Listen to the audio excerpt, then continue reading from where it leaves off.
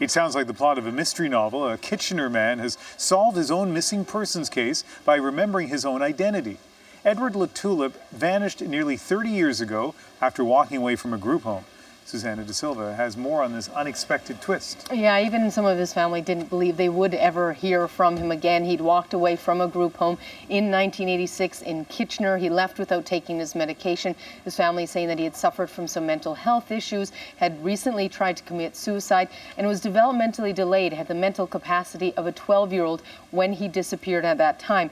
Now, police and family searched. Police at the time believing he may have taken a bus to Niagara Falls, but they looked and they searched and they didn't find anything. There were a couple of sightings over the years, potentially of him. They followed up on those. Again, nothing came of that.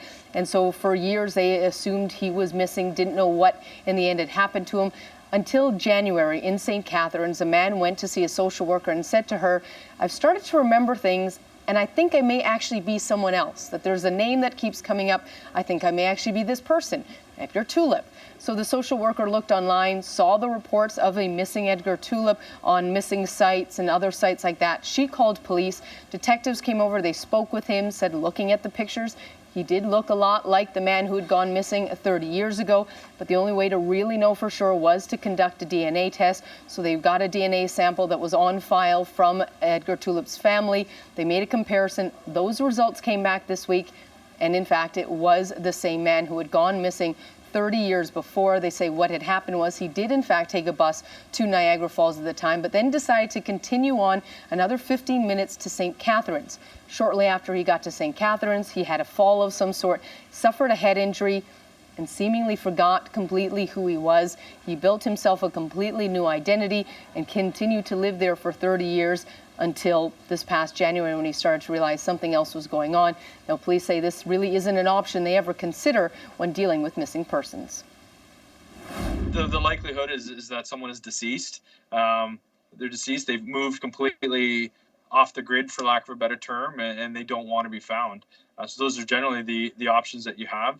And in this is a rare situation.